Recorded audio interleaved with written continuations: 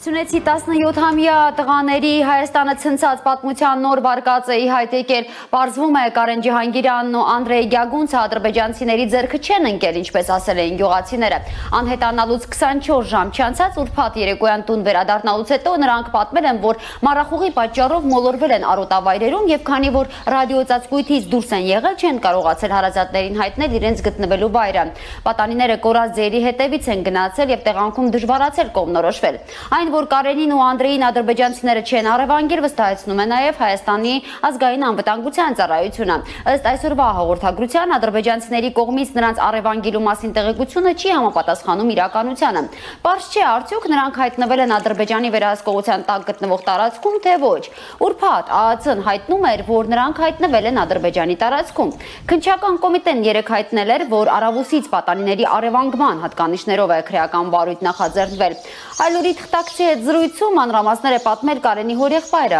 Արթուր Ջիհանգիրյանը։ Տնտես դիմավորել եք, երեխեքը շատ լավ են, ամեն ինչ նորմալ է երեխեքի հետ։ Իրիկունը մոտավոր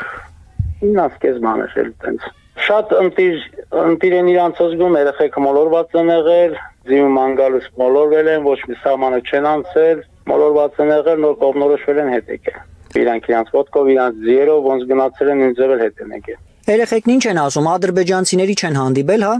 Չէ, ոչ մեկն էլ չեն հանդիպել երեխեք։ Ձին գնացել է, ձիու հետևից են գնացել, ձին են մանեկել, վերևից սարն են եղել, մառախուղ է եղել, չեն կողմնորոշվել ոնց հետ գան։ Սպասել են մառախուղը անցել է, նոր կողմնորոշվել են հետ եկել երեխեք։ Շնորհակալ ենք բոլորից, ովքեր մեզ աջակցել են, ովքեր մեր կողմն են եղել,